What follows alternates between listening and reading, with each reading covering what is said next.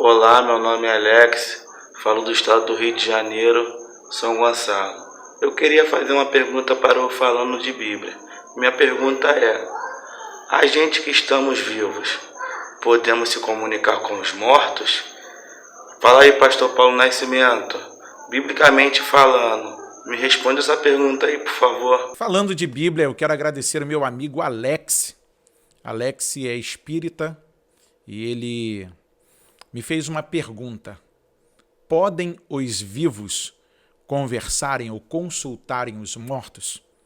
Vamos à Bíblia? Falando de Bíblia, Deuteronômio, Pentateuco, capítulo de número 18, diz assim: Quando entrares na terra que o Senhor teu Deus te der, não aprenderás a fazer conforme as abominações daquelas nações. Entre ti se não achará quem faça passar pelo fogo seu filho ou a sua filha, nem adivinhador, nem prognosticador, nem agoreiro, nem feiticeiro, nem encantador de encantamentos, nem quem consulte um espírito adivinhante, nem mágico, nem quem consulte os mortos. Verso de número 11, parte final, nem quem consulte os mortos. Verso 12, pois todo aquele que faz tal coisa é abominação ao Senhor. E por estas abominações o Senhor teu Deus as lança fora de diante de ti. Perfeito serás como o Senhor teu Deus, porque estas nações que hás de possuir ouvem os prognosticadores e os adivinhos, porém a ti o Senhor teu Deus não permitiu tal coisa. Perceba que o povo sai do Egito, Moisés está inserindo a lei do Senhor neles, e eles têm problema de olhar para as nações que estão à sua volta, costumes estranhos. O hebreu que está diante da lei do Senhor, ele tem que entender que o seu Deus é o único Deus. Tanto é que o judaísmo ele vai caminhar pelo monoteísmo, um único Deus. Shema Israel, Adonai, Eloheinu Adonai, Errad. Ouve Israel, o Senhor, vosso Deus, é um. Um que não se divide em dois, que não se divide em três, um. Somente um.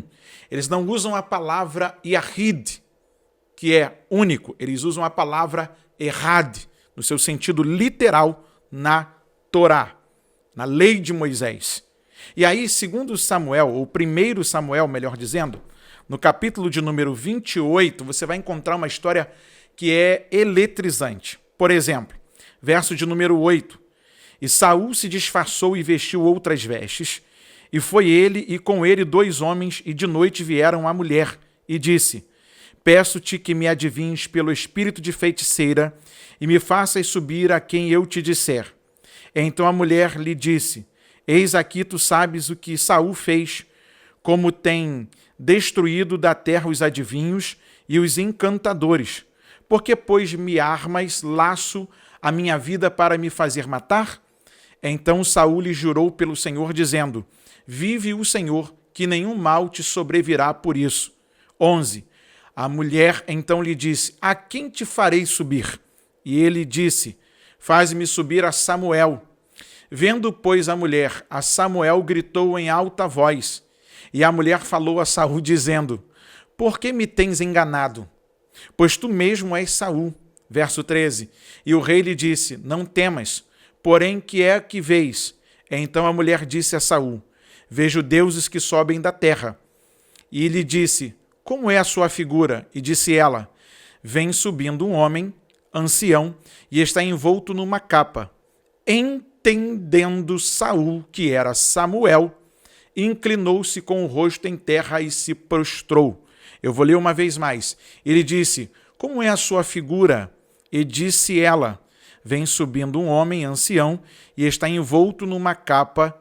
Entendendo Saul que era Samuel, entendendo é a palavra-chave. Saul, que era Samuel, inclinou-se com o rosto em terra e se prostrou. Samuel disse a Saul: Por que me desinquietaste, fazendo-me subir? Então disse Saul: muito angustiado estou, porque os filisteus guerreiam contra mim, e Deus se tem desviado de mim, e não me responde mais, nem pelo ministério dos profetas, nem por sonhos. Por isso te chamei a ti, para que me faças saber o que hei de fazer. Então, grave isso, verso 16, 1 Samuel, capítulo de número 28. Então, disse Samuel: por que, pois, a mim me perguntas, visto que o Senhor te tem desamparado e se tem feito teu inimigo? 17. Porque o Senhor tem feito para contigo como pela minha boca te disse, e o Senhor tem rasgado o reino da tua mão e o tem dado ao teu companheiro Davi. Como tu não destes ouvido à voz do Senhor e não escutaste ou executastes o fervor da sua ira contra Amaleque, por isso o Senhor te fez hoje isso. Verso 19. E o Senhor entregará também a Israel contigo na mão dos filisteus, e amanhã tu e teus filhos estareis comigo, e o arraial de Israel o Senhor entregará na mão dos filisteus. Gente, eu não sei se você tem a mesma sensação que eu de vez em quando. Tem coisas que eu só acredito porque elas estão na Bíblia. Veja que Saul vem matando os feiticeiros, os encantadores, todos aqueles que eram abomináveis diante do Senhor. E agora ele vai consultar uma pitonisa em Endor. E essa mulher vai invocar o espírito do falecido Samuel. Só que, olha como é a questão. A Bíblia vai dizer, no verso de número 14, entendendo Saul que era Samuel. Forte é você ler na Bíblia que o Espírito que se apresentou para Samuel vai dizer para ele assim: você não me ouviu em vida. O Senhor te desamparou. E amanhã Deus entregará você e seus filhos na mão dos filisteus. E amanhã você vai estar no mesmo lugar que eu. Só que em Mateus capítulo de número 16, porque o nosso crivo é Jesus, e a resposta é um pouquinho longa, porque o assunto é polêmico, e a gente precisa falar de Bíblia. Mateus capítulo de número 16, a epígrafe diz: a confissão de Pedro. Veja que Jesus vai fazer uma pergunta. Chegando eles às partes de Cesareia de Filipe, interrogou os seus discípulos, dizendo: quem dizem os homens ser o filho do homem? Verso 14 do capítulo 16 de Mateus. E eles disseram: uns João Batista, já estava morto; outros Elias, já estava morto; outros Jeremias, já estava morto. E eles diminuem Jesus dizendo: ou um dos profetas. Jesus muda a pergunta dizendo-lhes: e vós, quem dizeis que eu sou? E Simão Pedro respondendo disse no verso 16: tu és o Cristo, o Filho do Deus vivo. E Jesus respondendo disse-lhe: bem-aventurado és tu, Simão Barjonas, porque não foi a carne e o sangue quem tu revelou, mas meu Pai que está nos céus.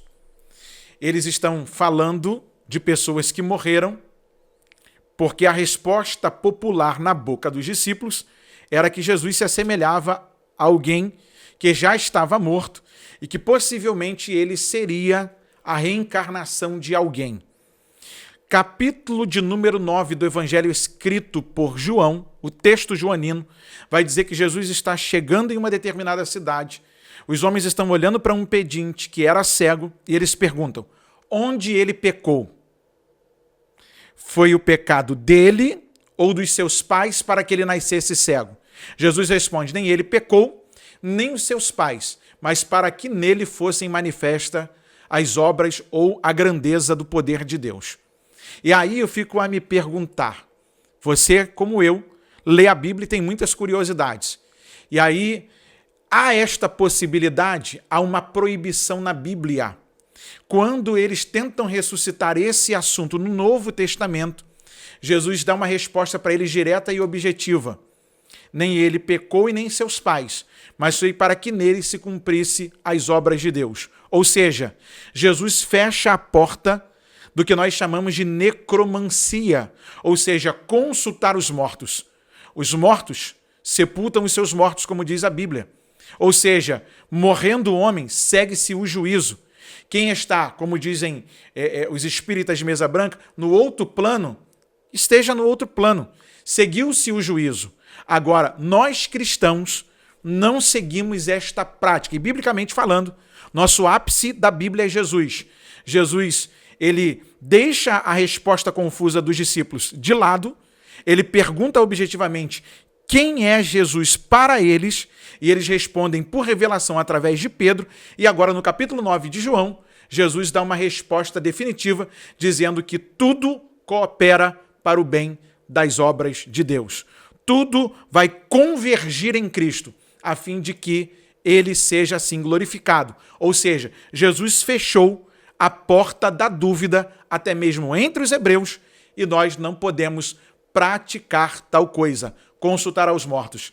O nosso Deus é Deus de vivos e não de mortos. Apesar da crítica bíblica dizer, ele é Deus de Abraão, de Isaac, de Jacó, ele é Deus dos vivos e não dos mortos. Falando de Bíblia. Eu quero deixar aqui também aberto para você uma nova oportunidade no nosso canal.